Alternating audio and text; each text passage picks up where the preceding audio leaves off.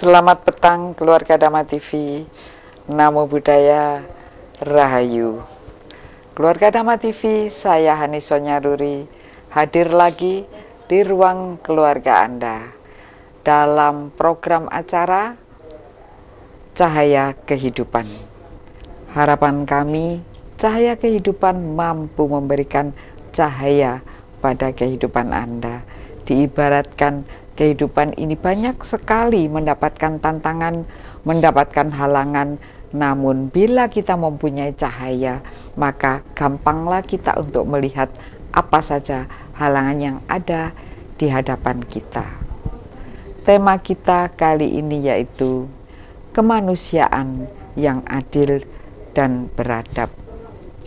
Sengaja saya ambil dari sila kedua dari Pancasila, di mana sekarang ini nilai-nilai kemanusiaan itu hampir luntur, hampir mengalami suatu kemunduran.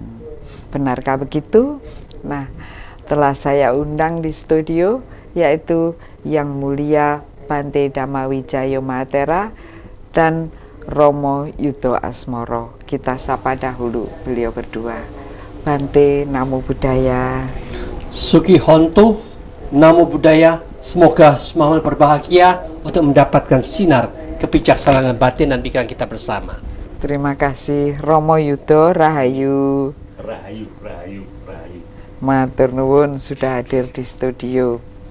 Nah, tema kita adalah tentang kemanusiaan yang adil dan beradab, di mana dewasa ini sebenarnya intisari basis dari kemanusiaan ini adalah penghargaan terhadap sesama, di mana kita ini merasa harus menghormati harkat dan martabat setiap manusia sesuai dengan harkat dan martabat yang kita miliki. Sebagai bangsa Indonesia yang punya martabat yang besar, ini layak untuk diberikan penghargaannya. Baik, keluarga Dhamma TV, pertama saya berikan kepada Romo Yudo tentang kemanusiaan yang adil dan beradab ini. Kalau menurut Romo bagaimana? Monggo. Matur nuwun Bu Ani. Nggih, monggo. Rahayu. Rahayu, nggih. Kita berjumpa lagi dengan keadaan berbahagia, dan ternyata hari ini topiknya tepat sekali karena di bulan Juni ya, Bante. Nggih. Bulan Juni ini bulan Pancasila.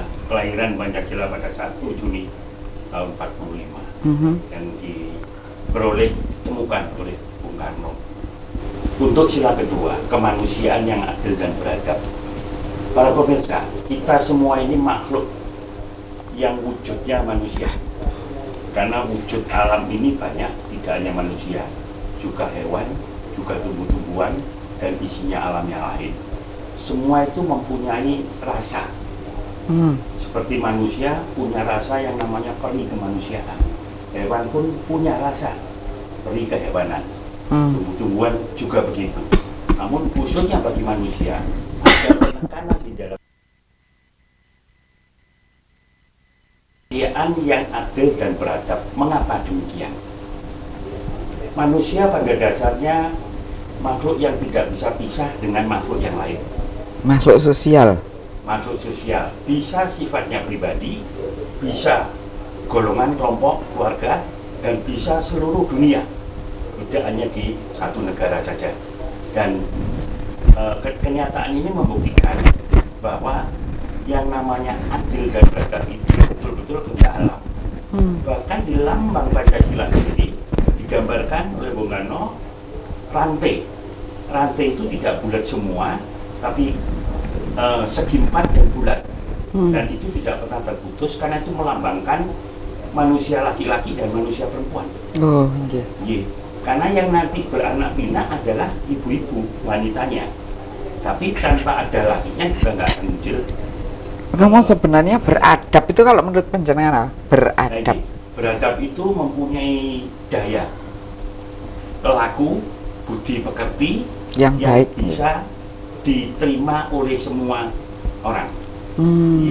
Namun budi pekerti itu tidak berlaku hanya manusia dengan manusia, Bagaimana budi kita menghadapi hewan, menghadapi tumbuh-tumbuhan, memayu hayuning bawono, di situ sudah mengandung pola budi kemanusiaan yang adil dan beradab. Adil itu menunjukkan kita manusia ini loh, wong saling berkasih sayang. Tidak hanya suami istri, tapi juga dengan anak-anaknya, dengan keluarga, dengan tetangga, dan dengan siapa saja. Bahkan di pembukaan Undang-Undang Dasar, itu kita ini juga harus pengabdian tidak hanya di Indonesia, tapi juga terhadap dunia lain, makhluk lain di seluruh dunia. Itu artinya apa? Jadi keadilan beradab itu tidak untuk diri sendiri, tapi untuk seluruh manusia yang memang ditakdirkan, dipilih oleh Tuhan untuk dalam hidup supaya selalu berkomunikasi. Kalau sekarang ini banyak, kita ini sedang, Indonesia ini sedang, bahkan presiden kita ini menjadi ketua Dewan Keamanan PBB. Tentu harus adil, karena Dewan Keamanan PBB, keamanan bagi seluruh dunia, keamanan yang dicapai adalah bentuk keadilan. Nah, penghormatan Indonesia terhadap negara lain tentu harus ada, dan kita sendiri juga harus mempunyai martabat. Cara menjaga martabat bangsa sendiri sebelum diakui, kan diakui karena martabat dulu kita melakukan sesuatu. Bagaimana, Rom? Ya, turun, para pemirsa, memang martabat harus kita pertahankan. Oleh karena itu, jati diri bangsa Indonesia itu sudah diketahui oleh seluruh dunia bahwa bangsa Indonesia mempunyai martabat, yang mempunyai jati diri yang sangat bagus. Pancasila itu kalau diperes menjadi satu sila, isinya gotong royong. Berarti manusia ini selalu hidup bergotong royong. Mengapa tidak kita wujudkan secara keseluruhan dan dengan bangsa-bangsa yang lain? Namun tentu saja sebelum kita keluar menuju bangsa lain, ayo bangsa kita sendiri disatukan. Jadi tidak terjadi lagi kemarin gonjang-ganjing atau goro-goro tentang pemilu itu, mudah-mudahan tidak berkembang lagi yang menyebabkan perpecahan. Kami harus tetap menyatu, karena itu pertahankanlah harga diri kita, jati diri kita, laksanakan Pancasilanya itu dengan baik. Pancasila tidak hanya untuk dihafal, Bu Ani, tapi untuk dilaksanakan. Siapa sih di negara ini yang tidak percaya Tuhan? Sila pertamanya, ketuhanan yang Maha Esa. Jadi percaya bahwa dunia ini ada yang menciptakan. Itu. Lalu dikehendaki di sila keduanya supaya kita tetap beradab terhadap sesama. Sesama itu tidak hanya manusia, tapi makhluk isi alam. Karena semua itu akan menuju kepada sebuah kebahagiaan yang hakiki. Karena itu kehendak alam. Jadi intinya itu kita itu harus menjaga martabat. Sebenarnya menjaga martabat ini juga cukup sulit. Sebenarnya nggak sulit, tapi kalau kita mempunyai keinginan untuk membenturkan dua kekuatan di dalam negara ini, maka menjadi sangat sulit dan sangat buruk. Tetapi itulah yang terjadi di mata kita pada hari-hari ini. Oleh karena itu, martabat seperti satu keluarga. Diibaratkan Pak Jokowi punya dua anak, satu nakal, satu tidak nakal. Nah, ini bagaimana martabat Pak Jokowi ini di mata tetangga-tetangganya, it's okay, waduh, the best family. Karena di dalam situ terlihat aman dan tenteram. Nah, tentu semuanya itu dibangun dengan penghargaan martabat itu dibangun dengan cinta kasih atau meta karuna. Nah, saya mohon penjelasan dari Yang Mulia Bante tentang pengembangan meta dan karuna bagi banyak orang dan bagi orang yang sedikit dan banyak orang, Bante. Ya, kalau kita bicara masalah cinta kasih, otomatis sebelumnya ya kita berbicara masalah kemanusiaan ini. Ya, Bante. Karena di dalam Buddhisme, kemanusiaan itu tergantung isi di dalam batin dan pikiran kita masing-masing. Kita dulunya berasal dari alam mana, itu akan menjadi kebiasaan kita yang terwujud di dalam kehidupan kita sehari-hari. Kita lihat ada orang yang begitu sering marah, sering ngomel-ngomel, sering benci sama sini sana, berarti mereka itu menjadi manusia neraka batinnya seperti di alam neraka yang mengeluarkan api kemarahan yang terus menerus. Maka dengan demikian ini tidak membawa kedamaian. Demikian juga ada manusia itu yang dipikirkan bagaimana aku harus mendapatkan, bagaimana aku harus tambah kaya. Jadi dia tidak pernah puas dengan apa yang ada. Itulah yang dikatakan manusah peto, keserakahan yang ditunjukkan sebagai sifat kewajaran.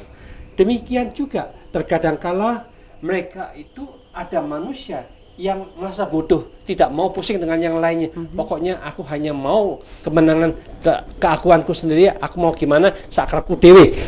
Jadi dia tidak ada tata tertib apapun juga. Ini namanya karena dia berasal dari alam binatang yang dikatakan manusia satira jano. Cara berpikir mereka setara dengan alam-alam binatang. Siapa yang kuat, dia itu yang menang, seolah-olah seperti itu. Tetapi alangkah indahnya kita akan meningkat lagi manusia.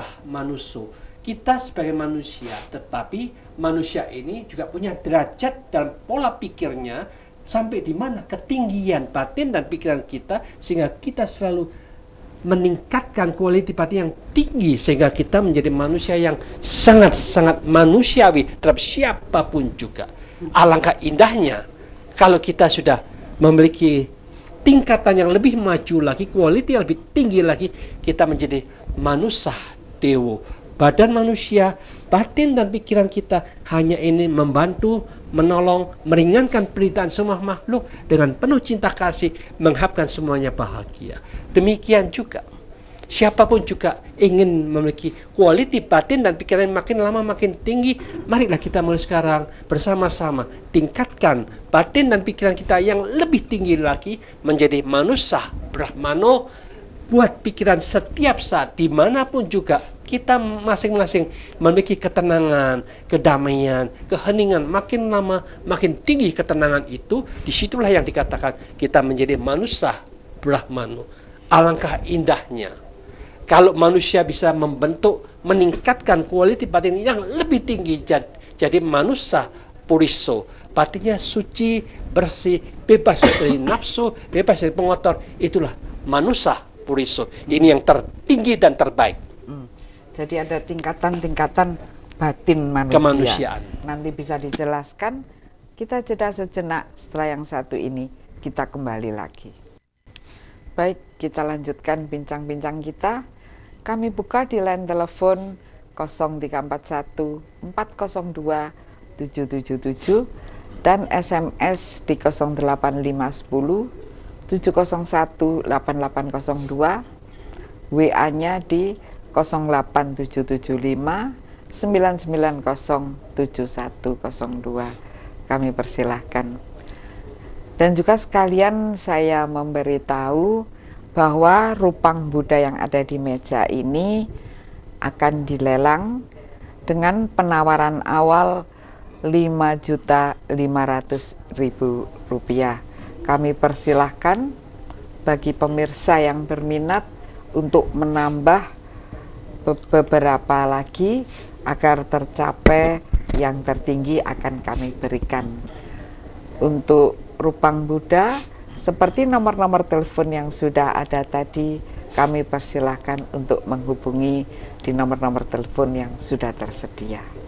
Seperti juga di running text juga sudah ada, kami persilahkan. Jadi kembali ke tema kita tentang kemanusiaan yang beradab. Tentang beradab tadi sudah diterangkan oleh Romo Yudho bahwa beradab itu adalah manusia-manusia yang mempunyai martabat, punya harga diri, mau bertoleransi dan mau menghargai orang lain. Seseorang yang bermartabat tentu tidak mau misalnya melakukan hal-hal kotor, moralitas itu Bante, hal-hal yang bertentangan dengan moral tentu tidak ingin melakukannya karena bermartabat. Nah, tadi Bante menceritakan bahwa banyak sekali manusia-manusia yang mempunyai pikiran-pikiran yang seperti binatang, seperti makhluk-makhluk neraka, di mana dewasa ini banyak sekali orang yang tidak tahu malu, Bante. Tidak tahu malu, dia kalau misalnya kalah di dalam beberapa hal, dia akan merasa saya harus menang apapun caranya. Nah, ini termasuk manusia yang tingkatan mana, Bante, itu? Ya, otomatis manusia-manusia kita lihat dalam kenyataan hidup ini banyak macam-macam kualitinya. Maka dari itu ada yang mereka gila kuasa. Karena gila kuasa itulah apapun mereka akan jalankan, seolah-olah dia menggunakan ilmu kebinatangannya, sopo sing kuat dia akan menjadi pemenang, kan begitu. Maka dari itu, karena dia gila kuasa, apapun caranya dia berkorban segala-galanya untuk bisa memenangkan apa yang mereka harapkan itu, sehingga dia memfitnah, mencaci maki, menjelekkan sini, menjelekkan sana, dengan tujuan sesungguhnya untuk menjatuhkan pihak yang lain. Nah, cara-cara seperti ini karena masyarakat Indonesia tambah lama tambah pinter, mereka sudah tidak bisa diprovokasi dengan kata-kata yang tidak tepat, yang tidak benar, sehingga dengan demikian itulah sehingga masyarakat kita sudah tambah pandai, sehingga dengan demikian tidak bisa dibohongin oleh siapapun juga. Mereka ini sudah menjadi manusia memilih orang yang tepat sehingga menjadi pemimpin yang terbaik. Maka dari itu kita sendiri yang hidup bermasyarakat ini, marilah kita introspeksi, melihat ke dalam diri kita, apakah kita masih diliputi oleh kebencian? Apakah kita masih diliputi oleh keserakahan?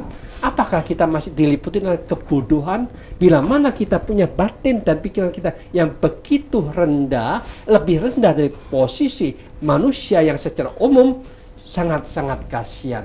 Karena kita hidup belajar bersama-sama untuk meningkatkan kualitas batin dan pikiran kita. Kalau bisa, jadilah manusia yang memiliki batin yang tinggi, manusia. Kalau lebih tinggi lagi, alangkah indahnya kita bisa menjaga pikiran kita tetap jernih, tetap tenang, tetap damai, seperti di alam Brahma yang begitu sejuk, damai sekali. Sehingga dengan demikian, bila mana lebih tinggi kita bisa menciptakan manusia puriso, batin dan pikiran kita suci, murni, apapun pikiran yang suci, murni, tidak ada pamrih. Jadi yang dikerjakan itu hanya demi pekerjaan itu, demi manfaat sebanyak-banyaknya. Di sanalah yang dikatakan kita sudah menciptakan kondisi dalam batin dan pikiran kita, ketuhanan yang maha suci dibentuk, diciptakan dalam pikiran tiap-tiap individu. Semua orang, semua pejabat berpikiran murni demi membangun, mengembangkan negara dan bangsa kita. Itu akan menjadi kekuatan dahsyat yang luar biasa. Pembangunan akan terjadi di mana-mana. Dia tidak memikirkan untuk memasukkan untuk kepentingan kantongnya sendiri, tetapi dana, uang yang ada digunakan sebanyak-banyaknya untuk kesejahteraan dan kemakmuran masyarakat banyak. Itu yang terbaik. Seperti itu. Jadi mendengar cerita dari Yang Mulia Bante ini, saya jadi ingat kisah-kisah raja-raja zaman dahulu itu biasanya titisan dewa. Kalau Bante tadi mengatakan jadilah manusia manusa dewo, nah, manusia titisan dewa, dan juga manusia brahmano, manusia yang lebih tinggi lagi, dan manusia yang sempurna, manusia puruso. Nah, kalau bahasa kita tuh puruso itu. Apakah benar menurut Romo Yudo yang ahli pewayangan ini memang begitu para pemimpin kita zaman dahulu itu? Para pemirsa, memang kita harus kembali kepada jati diri bangsa. Yeah. Selama ini Pak Jokowi sebagai pimpinan negara sudah menegaskan tentang Trisakti yang dilaksanakan. Salah satunya adalah di bidang kebudayaan itu merupakan suatu jati diri dan kita harus kembali ke sana. Dan tentu saja tidak pernah lupa seni kita, budaya kita, terutama di dunia pewayangan. Di situ memang dicontohkan mana yang baik, mana yang jelek. Tinggal manusia-manusia yang ada sekarang mau mengerti apa tidak. Seperti yang Bante sampaikan tadi, kalau sekarang mereka memiliki watak-watak seperti hewan, saya menganggap itu sebuah ironi di dalam kehidupan. Namun demikian saya yakin bahwa goro-goro sudah selesai di dalam dunia pewayangan. Waktu pilkada pemilu kemarin kita anggap sudah selesai di bulan April. Setelah selesai goro-goro, biasanya wayang kulit itu ada perang dulu, perang terakhir. Setelah itu tancap kayon dengan Werkudara-nya tayungan. Lah sekarang kita sampai fase perang terakhirnya sudah diputuskan oleh MK. Berarti perang ini sudah selesai. Di MK sudah diputuskan selesai. Berarti sebentar lagi muncul yang Werkudara itu setelah mengalahkan dia akan menari. Menari ini menunjukkan, membuktikan bahwa ini semua sudah berakhir. Sebentar lagi akan tancap kayon. Kita sudah damai semuanya dan kembali ke jati diri bangsa. Nun sewu, jati cinta kasih juga sudah disebutkan. Saya pun menggambarkan lambang sila kedua itu, lambangnya adalah rantai, yang ternyata kita perhatikan kehendak Bung Karno, rantainya itu kotak dan bulat. Ini menunjukkan yang kotak ini wanita, yang bulat itu laki-laki. Dan mereka ini selalu berantai terus-terusan, tidak pernah putus. Itu artinya apa? Menunjukkan kasih sayang antara dua manusia, laki dan perempuan. Dan ini sudah turun-temurun berabad-abad, kejadiannya seperti itu. Makanya kalau ini memang sudah dikehendaki Tuhan, dengan bukti apa? Setiap manusia yang lahir itu semua menangis, Bani. Semua menangis, nggak ada kok lahir ketawa, itu nggak ada. Itu membuktikan apa? Tuhan memberikan sesuatu yang sangat adil. Dan tentunya ada kehendak-kehendak alam supaya manusia juga bisa berbuat keadilan. Karena itu disebutkan kemanusiaannya itu adil dan beradab. Adil terhadap sesamanya, seperti sekarang terjadi, MK sudah memutuskan, keadilannya berjalan. Lah kita yang menerima ini dengan legowo, dengan hati besar, dengan ikhlas bahwa kita ini makhluk Tuhan yang memiliki jati diri bangsa, bahwa bangsa Indonesia adalah bangsa yang bersatu, hidup bergotong royong, saling menghargai, apapun agamanya, apapun sukunya, karena suku bangsa di Indonesia terbanyak di dunia, lebih dari 700 suku, Bu. Ini paling banyak, tapi toh selama ini kita selalu guyup rukun. Karena ideologi kita Pancasila itu dilaksanakan dengan benar. Saya rasa itu yang dikehendaki, maka para pemirsa jangan lupa, kita kembali ke jati diri kita, itu yang paling penting. Bukan bangsa Indonesia harus cerita wayang itu harus dihafalin, enggak. Pancasilanya saja yang dilaksanakan, bukan hanya dihafal. Siapa bangsa kita yang tidak bertuhan? Semua bertuhan. Nah, tinggal kemanusiaannya bagaimana? Bisa nggak menghargai rekan-rekan kita, berbeda suku, berbeda agama, berbeda bahasa, berbeda istiadat, tapi kita memiliki keberadaban untuk saling menghargai. Disitulah wujud persatuan. Dinawali dari keluarga masing-masing supaya bisa berkembang. Nanti kalau jati diri kita seperti itu sudah kelihatan, pasti hawanya akan kemana-mana. Dan itu bisa diterima oleh siapa saja, bahkan sampai luar negeri pun bisa menerima. Hawa cinta kasih kemanusiaan. Karena cinta kasih kemanusiaannya. Dan itu sudah naluri manusianya. Hewan aja bisa saling mengasihi kok. Kenapa manusia tidak? Hanya masalahnya adil beradab, enggak hewannya, kan enggak. Nanti dibilang sama banteng, manusianya jadi punya watak seperti hewan.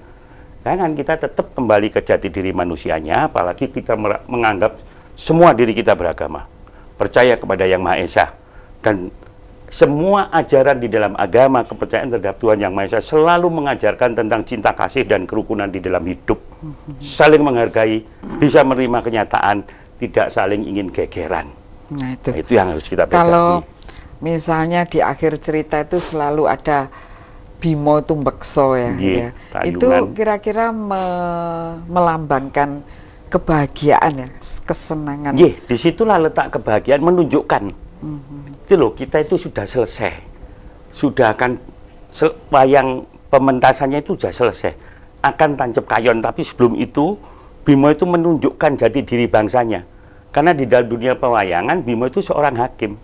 Dia dalam pewayangan dia yang bisa ketemu jati dirinya dengan Dewa Rucinya, sehingga Bimo itu dianggap sebagai hakim yang bisa menerima semuanya, bisa menetapkan salah benarnya. Dan ini sudah tayungan. Dari kenyataan tadi malam dijelaskan tentang hasil-hasil mengenai kelompok yang menggugat dan lain sebagainya, dari pemohonnya, termohonnya, terkaitnya, semua itu sudah jelas. Akhirnya ditolak semua, itulah BIMO yang menolak. Hakim itu pengadilan betul. Jadi jati dirinya sudah adil, karena dilaksanakan dengan benar. Tayungannya sudah kelihatan. Tinggal tancap kayon, dengan tancap kayon kita berarti berbahagia semua makhluk di Indonesia ini. Rasa begitu, Pak. Baik, keluarga Dhamma TV, ternyata kita sudah sampai di ujung tancap kayon. Tancap kayon artinya selesai, dan kita mulai pada negeri yang akan berbahagia. Semoga begitu. Tetap di Dhamma TV. Setelah yang satu ini kita kembali lagi. Baik, keluarga Dhamma TV, ternyata di dalam tujuan untuk bernegara itu adalah mencapai kebahagiaan, mencapai kesetaraan, mencapai kebahagiaan bersama. Tentu dengan landasan cinta kasih. Bante tadi telah mengajarkan bahwa perlunya antar manusia ini terbentuk koneksi yang berdasarkan dengan cinta kasih. Mohon diterangkan, Bante, bagaimana kalau menurut Buddhis tentang cinta kasih ini? Cinta kasih itu adalah sesungguhnya sudah dimiliki oleh tiap-tiap individu, karena diri kita, tiap-tiap individu itu ingin bahagia. Maka dari itu bagaimana pengeterapan di dalam kehidupan sehari-hari supaya kita ini bahagia, mereka juga bahagia, semua alam, semua makhluk ikut berbahagia. Maka kita harus menemukan jalan yang terbaik yang bisa diterima oleh semua pihak, sehingga kebahagiaan itu akan terwujud di lingkungan kita bersama, bukan berdasarkan KTP agamanya opo, tetapi berdasarkan bagaimana kita memiliki manajemen cara berbicara kita. Karena manajemen itu ada manajemen yang salah dalam cara bicara kita, ini tidak membawa kedamaian. Manajemen cara bicara yang benar yang bisa membuat damai dan bahagia, marilah kita ikutin manajemen cara bicara yang benar dan baik sehingga membawa kedamaian dan kebahagiaan. Demikian juga kita lihat bagaimana manajemen tingkah laku kita bersama. Manajemen tingkah laku kita bersama itu juga ada dua faktor. Ada manajemen yang salah yang membuat kekacauan, penderitaan bagi pihak yang lain, tetapi manajemen tingkah laku yang benar yang bisa membawa kesejahteraan, kedamaian dan kebahagiaan. Maka orang yang bijaksana memilih manajemen yang benar dan baik sehingga damai dan bahagia akan terwujud dalam kehidupan kita bersama. Demikian juga manajemen di dalam tata kelola bisnis kita itu ada yang benar, juga ada yang salah. Marilah kita dengan sadar mana yang salah, yang ditentang, yang dilarang oleh negara kita, jangan diikutin yang salah itu. Tetapi mana yang benar, jalankan yang benar dan baik itu demi kemakmuran dan kesejahteraan kita bersama.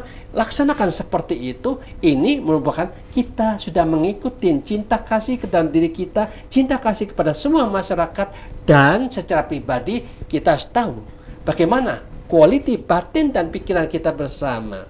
Kalau batin dan pikiran kita yang namanya sudah punya agama, tetapi batin dan pikiran kita masih kacau, masih bingung, masih stres, berarti tata kelola cara berpikir kita itu salah, sehingga kita masih belum menemukan jalan untuk mendapatkan kedamaian. Maka dari itu kita merubah, merevolusi pola berpikir kita, mengikuti tata kelola cara berpikir yang membawa kita semua damai dan hening secara nyata di dalam diri kita masing-masing, baru mereka akan mendapatkan kedamaian itu sendiri.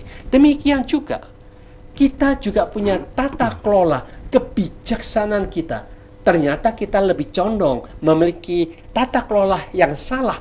Kita kurang bijaksana, sehingga kebijaksanaan itulah yang menyebabkan kita menderita sendiri, kecewa sendiri, jengkel sendiri, tidak bahagia. Maka dari itu kita mari bersama-sama bagaimana menata kelola kebijaksanaan kita supaya kita memiliki cara berpikir yang sangat dahsyat, lain dari yang lain, memiliki pola berpikir yang selalu benar, selalu memiliki pandangan yang benar, sehingga kita memiliki kebahagiaan yang lebih tinggi, lebih halus, lebih damai. Disinilah yang dikatakan 8 faktor untuk mengembangkan cinta kasih sudah kita jalankan bersama, menemukan teknik untuk mencapai kedamaian dan kebahagiaan ini akhirnya dijalankan bersama sehingga dunia ini begitu indahnya, damai dan bahagia tersebar di mana-mana. Itulah sesungguhnya ajaran agama yang seperti ini patut dikembangkan bersama sehingga damai di mana-mana akan terwujud yang nyata. Demikian indahnya andai kata kita mampu untuk menjalankan itu dengan tulus, dengan terus-menerus. Karena sebenarnya Bante tadi sudah mengatakan ya, cinta kasih manusia itu sudah ada di dalam diri, dan itu cocok juga dengan bangsa Indonesia ini yang memang kaya raya tanahnya, sehingga ketika Belanda waktu itu masuk, itu kan orang jualan company kan ya, dia itu company. Jadi itu kan orang jualan, ya sudahlah, apa mau apa, jagungnya bawa aja sudah, di sini kita sudah makan. Karena cinta kasih, sehingga pada abad itu Belanda kita mampu memberi makan orang-orang Eropa lewat orang-orang Belanda. Jadi demikian, karena kita orang kaya terbiasa, jadi dengan rasa cinta kasih yang harus dikembangkan menurut Yang Mulia Bante, kita ini akhirnya menjadi orang yang sadar, beneh, ngerti, weruh bahwa ya kalau punya apa-apa dibagilah. Akhirnya itulah yang terjadi pada bangsa dan negara kita sebagai bangsa yang ramah tamah, sehingga banyak sekali orang-orang dari luar sana untuk menghilangkan meta karuna ini Bante, cinta kasih, welas asih. Kalau kita bilang orang Jawa itu welas asih ini dengan dogma-dogma yang lain, dikemas dengan hal-hal yang lain, diiming-iming dengan blue jeans dan baju-baju yang lain, sehingga kita lupa pada jati diri kita, jati diri bangsa kados pundi Romo. Monggo. Nggih, matur nuwun Bu Ani. Para pemirsa, memang saat ini jati diri bangsa itu sangat banyak dipertanyakan. Oleh karena itu tidak salah pimpinan tertinggi kita, Presiden kita Pak Jokowi ngajak kita untuk merevolusi mental. Revolusi mental artinya ayo hal-hal yang tidak benar yang kita laksanakan, monggo kita sekarang bisa merubah diri seperti yang Bante sampaikan tadi. Jadi bahwa cinta kasih itu sudah ada sejak kita lahir. Itu kita tinggal bagaimana mengembangkan, karena kita semua merasa menganggap beragama. Kalau kita beragama, agama itu pun mengajarkan tentang kebaikan, tentang cinta kasih. Monggo kita tinggal melaksanakan. Jadi hal-hal yang sudah berlalu, biarkan berlalu. Kita menuju hari esok yang lebih baik daripada hari ini. Dan kalau semua masyarakat di Indonesia sudah mencapai ke arah situ, tentu sila kelima tidak sulit akan kita capai, keadilan bagi seluruh bangsa Indonesia. Tidak hanya bangsa Indonesia yang menerima keadilannya, bahkan luar negeri pun bisa akan merasakan keadilan tersebut. Nah, ini yang kita inginkan seperti itu, karena memang pembukaan Undang-Undang Dasar kita juga menghendaki kita tidak hanya mengadil dan membuat sejahtera bangsa kita, tapi juga kepada bangsa-bangsa di luar kita. Karena apa? Jati diri kita sudah ketemu kalau di situ. Karena pada dasarnya, seperti tadi saya katakan, semua manusia itu suci kok. Semua lahir nangis kok. Berarti artinya apa? Kita semua bersaudara. Jadi kehendak alam, kehendak Yang Maha Esa supaya kita itu rukun hidup. Walaupun berbagai-bagai suku, berbagai-bagai bahasa, dan berbagai adat istiadat. Karena itu penekannya di dalam sila kedua, kemanusiaan adil beradab, kita ini manusia, mempunyai adat dan mempunyai adab. Keberadaban kita inilah jati diri yang kita miliki. Kenapa nggak terapkan? Kita saling menyayangi, saling bisa menerima perbedaan. Nah, ini persoalannya yang saat ini timbul masalah perbedaan-perbedaan. Ayo kita kembali ke jati diri, kita terima semua keputusan yang dilaksanakan oleh Werkudara atau Bimo sebagai pengadil tadi, yang sekarang beliau sudah tayungan untuk tutup geber supaya nanti gunungannya sudah tertancap dengan baik. Mewujudkan apa? Kita sudah sempurna di dalam hidup menuju hari esok yang lebih berbahagia. Indonesia tetap akan dikerjakan, tetap akan digarap bersama-sama. Karena kemenangan seorang presiden bukan untuk dirinya sendiri, tapi untuk semua rakyat Indonesia. Kita harus bangga dengan kenyataan itu. Ayo kita bantu, kita berjuang bersama-sama, hidup kembali bergotong royong dan rukun. Situlah muncul cinta kasih bangsa Indonesia ini. Itu Bu Ani. Ya, jadi artinya itu dari martabat diri sendiri, dari hati diri sendiri. Bante tadi juga mengatakan bahwa manusia itu suci, sudah punya aslinya, sudah ada cinta kasih di dalam dirinya. Karena Bante juga sering mengatakan manusia ini kitab suci berjalan. Jadi kalau kitab suci itu layak dibaca Bante oleh orang lain, Bante. Ya, kita sendiri yang harus membaca ke dalam diri kita sendiri untuk mewujudkan, bukan cuma diomongkan tetapi diwujudkan sampai di mana kebersihan batin dan pikiran kita dalam situasi dimanapun juga batin dan pikiran kita tetap terjaga, tetap terawat, suci, bersih, hening. Baru itu kitab suci yang sesungguh-sungguhnya muncul dalam batin dan pikiran kita. Jangan hanya membandingkan kitab suci ini, kitab suci itu, lalu diadu domba, akhirnya jadilah peperangan agama. Maka dari itu kesucian bukan yang benar itu kitab suci yang mana, tetapi kesucian itu lihatlah ke dalam batin dan pikiran. Sudahkah kita menciptakan, membentuk, mengembangkan kesucian, kemurnian dalam batin dan pikiran kita pribadi? Disitulah yang dikatakan kita sudah membaca kitab suci yang sesungguh-sungguhnya di dalam membersihkan batin dan pikiran kita secara pribadi masing-masing. Baru kita akan memahami hakikat Tuhan yang Maha Suci. Jadi kita dulu ya Bante ya yang harus bisa merevolusi diri kita sendiri. Ya, tepat sekali. Diri pribadi masing-masing sebagai jalan utama yang harus dibereskan pribadi masing-masing. Lebih dahulu. Jadi mungkin seseorang tidak mungkin noto negoro ya kalau tidak bisa noto dirinya dulu. Ini kadang-kadang berbalik.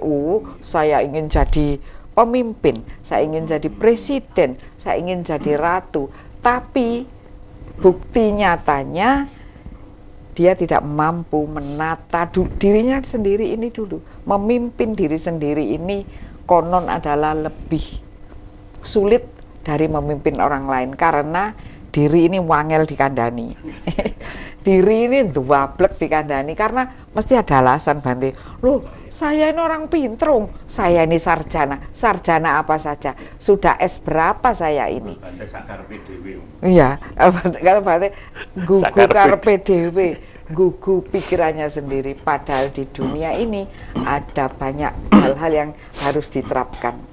Maka Anda tidak mungkin memimpin suatu negara, memimpin suatu kota, memimpin suatu daerah tanpa Anda bisa mengalahkan diri sendiri.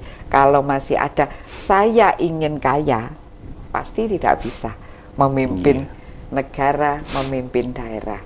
Kalau masih ingin saya ingin dihormati, Anda tidak bisa memimpin kota, memimpin daerah, apalagi memimpin negara.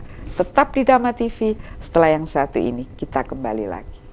Baik, kita lanjutkan untuk bincang-bincang kita tentang kemanusiaan yang adil dan beradab. Ini juga kita baca dahulu dari teman-teman yang sudah ikut serta menonton, mendengarkan Dhamma TV.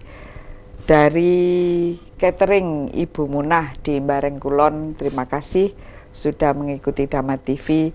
Juga dari Bapak Enjin showroom Masyur, terima kasih sudah mengikuti Dhamma TV. Juga dari Salon Dewa Ibu Eni di Bandulan, terima kasih juga. Dan juga dari Ibu Ratna di Jalan Amprong, selamat menikmati. Ibu Nini di Jalan Duku, bagaimana kabarnya? Ibu Nini yang lain juga ini di Jalan Mergosono. Juga saudara Hudatan yang sedang melukis sambil melihat Dhamma TV. Terima kasih untuk rekan-rekan semuanya. Baik, kita lanjutkan dengan beberapa pertanyaan lagi. Ini dari Bapak Fahri Mergosono yang menanyakan ini Bante, mengapa begitu banyaknya orang-orang yang tidak percaya dengan pemerintah di zaman sekarang? Pertanyaannya gitu, harus bagaimana? Ya, ini sudah merupakan hukum yang wajar karena sejak dulu cara kerjanya mereka itu tidak tertata dengan rapi. Otomatis mereka menganggap ada kesalahan-kesalahan yang sudah dijalankan begitu lamanya. Sekarang ini baru dirubah, ditata sedemikian juga dengan rapi, dengan baik, dimanage dengan baik. Ternyata sisa-sisa yang lama itu masih lebih dominan. Paling-paling ya pancet aja. Yang akan datang yang sekarang juga sama seperti dulu-dulu. Maka dari itu marilah kita bersama-sama untuk menjadi pemimpin di dalam diri kita sendiri, untuk mampu menciptakan daya kreatif, bekerja dengan sungguh-sungguh demi manfaat sebanyak-banyaknya, sehingga kita akan menciptakan presiden kecil-kecil di tiap-tiap kota, di tiap-tiap kabupaten, di tiap-tiap desa, akan menjadi sarana bahwa kita meniru pemimpin yang begitu antusias, semangat, jujur, bersih. Kita pun menciptakan di kota, di kabupaten, di desa, di lurah, semuanya dijalankan seperti ini, akan menjadi pemimpin-pemimpin yang meniru pimpinan yang terbaik. Kita tiru semuanya, sehingga itulah akan jadi sarana kekuatan yang dahsyat. Bukan aku senang dengan presiden seperti itu, tetapi diri kita sendiri tidak meniru. Apalankan kita juga memimpin di daerah kita masing-masing, sehingga semuanya menjalankan seperti ini. Ini akan menjadi sumber daya manusia yang dahsyat, membuat kemajuan yang lebih cepat, lebih makmur, karena masing-masing penuh semangat mengikuti jejak-jejak yang benar, baik, lurus, tegas, demi manfaat semuanya dijalankan. Otomatis ramalan-ramalan mengatakan Indonesia akan jadi makmur, sejahtera, akan terwujud karena pemimpinnya menjalankan tugas dengan batin yang murni, tidak mementingkan diri sendiri, tetapi demi menggunakan tenaga, pikirannya, manfaat untuk semuanya, sehingga sejahtera, damai akan terwujud. Ya, terima kasih. Dan ini ada dari Bapak Juri di Poncokusumo, Bapak Nono Agung di Gelagadowo, Bapak Haryono di Asrikaton, juga Ibu Lina, Toko Lina di Asrikaton, juga Bapak dan Ibu Sofyan di Sawut Jajar 2. Terima kasih sudah menikmati Dhamma TV. Sekali lagi saya sampaikan ya, untuk rupang Buddha yang berada di meja ini kami lelang dengan harga awal 5.500.000. Yang berminat silahkan untuk menambah harganya lagi dengan nomor telepon yang sudah kami sediakan di 0341 402 777 dan SMS di 08510 701 8802 serta WA di 08775 990 7102. Kami persilahkan. Buddha Rupang, tujuan dari pelelangan ini adalah juga untuk melakukan dana dharma ya Bante ya. Berdana dana. Iya, untuk berdana juga untuk kemajuan Dhamma TV, juga untuk Dhamma TV juga bisa memberikan banyak hal kepada khalayak ramai, baik Malang pada khususnya dan YouTube dunia pada umumnya. Silakan Anda bisa streaming di YouTube dan bisa juga membuka YouTube di Dhamma TV. Baik, kepada Romo Yudo, apa yang ingin disampaikan Romo, monggo. Para pemirsa, pada akhir acara ini kami hanya ingin bertanya kepada para pemirsa semua, masing-masing dirinya saiki takono nang awakmu dhewe-dhewe. Apa aku iki urip wis meneh? Betul. Artinya apakah saya ini hidup sudah di jalan yang benar? Kalau jalannya sudah benar, saya yakin sekali semua yang terjadi kemarin-kemarin itu tidak akan terjadi lagi, karena kedamaian, dasar cinta kasih kita sudah muncul dari hati masing-masing. Karena masing-masing pribadi udah muni, iya aku iki urip durung beneh rupane. Belum berada di jalan yang benar. Monggo para pemirsa semuanya, diawali dari keluarga-keluarga kita, ayo kita luruskan jalan kita di jalan yang benar. Sing piye sih, jalan yang benar itu yang bagaimana? Tentu jalan yang benar adalah jalan yang sudah ditata, diajarkan oleh semua lini, terutama dari agama-agama. Berbuat kebaikan, berjiwa besar, dengan hati yang suci murni, saling menghargai, saling mengasihi, bisa menerima semua perbedaan. Dan itu akan menumbuhkan persatuan dan kesatuan yang tetap kita jaga sampai akhir hayat negara ini ada. Nah, disitulah para warga negara, mari sekali lagi, ayo kita belajar berjalan di rel yang sebenarnya, supaya nggak menyimpang kiri kanan, nggak bolak-balik nyalahne negara. Hidup ini tidak sempurna, tapi yang kita cari adalah kesempurnaan ning urip. Yaitu bagaimana? Ayo masing-masing dari diri kita belajar lebih dulu. Kalau mereka sudah yang sepuh-sepuh kayaknya sudah mempelajari semua, sehingga tinggal menyampaikan kepada kelompok milenial, anak-anak muda sekarang, ayo kita ajak, kita tunjukkan dengan contoh-contoh positif bagaimana perilaku kita, baik sebagai warga negara, baik sebagai pejabat, dari yang terkecil sampai yang terbesar, itu kita ikuti dengan jalan yang benar. Saya rasa itu, dan tidak lupa. Sekarang Romo kalau begini, kita sudah tua ya, banyak yang tua-tua tetapi masih kleru dalane. Ya, tua sembrabas kakek nampas. Iya, nun sewu. Memang ini pertanyaan Bu Ani itu sekarang memang banyak terjadi. Ya Banda ya, sudah tua-tua ning sik lali dalane. Lah monggo para kadang semua, para pemirsa semuanya, semakin kita tua tentu semakin mendekati ajal. Mendekati ajal berarti ditimbali Gusti ingkang akarya gesang, supaya jalan kita nanti sempurna dan diberikan tempat yang layak sesuai dengan karya kita selama di dunia. Monggo kita luruskan sekali jalan kita, dan masing-masing ngopeni awake dhewe-dhewe, memberitahukan kepada dirinya sendiri atau bertanya pada diri sendiri, aku iki urip wis beneh apa durung, supaya golek wayahe ditimbali Gusti untuk sowan itu kita tahu alamat yang bener. Orang limbung, kira-kira begitulah. Nggih.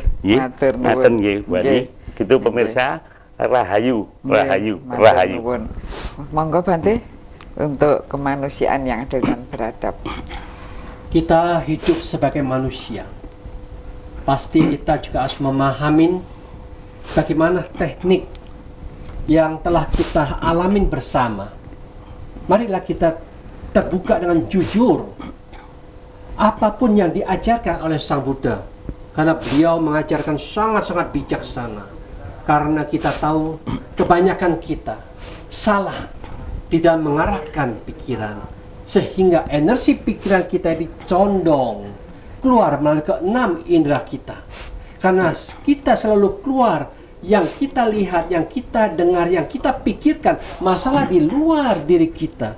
Begitu ribuan masalah demi masalah, sehingga kita pikir, malah membuat kita jelimet, menderita, dan susah sendiri. Maka dari itu, salah jalan itu akan terwujud, karena arah yang salah membuat kita menderita.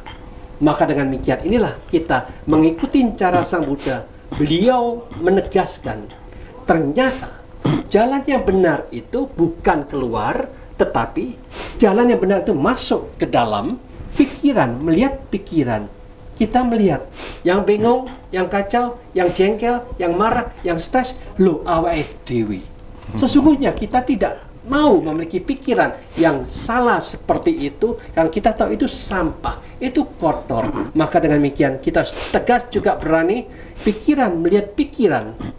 Marilah kita berani untuk membuang sampah-sampah, menyingkirkan sampah-sampah. Aku tidak mau menyimpan sampah itu lagi, supaya batin dan pikiran kita sejernih intan yang sangat berharga, berlian yang sangat cemerlang, tetap berkilau setiap saat, supaya tidak ada lumpur, tidak ada pengotor-pengotor itu, sehingga batin dan pikiran kita tetap jernih dan cemerlang. Pikiran, melihat pikiran dengan jelas dan terang, lepaskan semua penderitaan kita, kita masuk mengikuti sistem Sang Buddha, sadar, sepenuhnya sadar. Kita tidak mau diperbudak lagi, jangan diperbudak lagi ke tubuh jasmani kita. Akhirnya kita tidak sadar bahwa kita melekat dengan tubuh jasmani. Karena ini membawa kita menderita. Lepaskan semua kemelekatan, masuk lagi ke dalam kesadaran.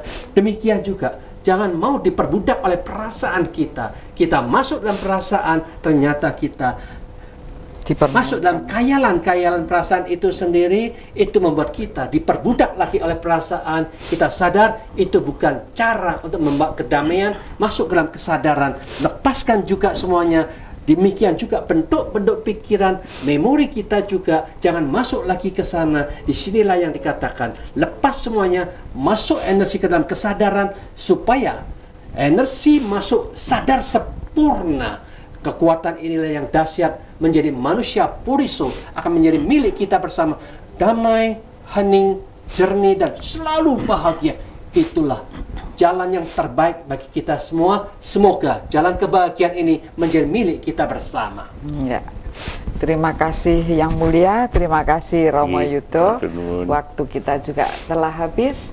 Semoga apa-apa yang telah dibabarkan oleh beliau berdua mampu mendidik batin kita untuk menjadi manusia yang adil dan beradab.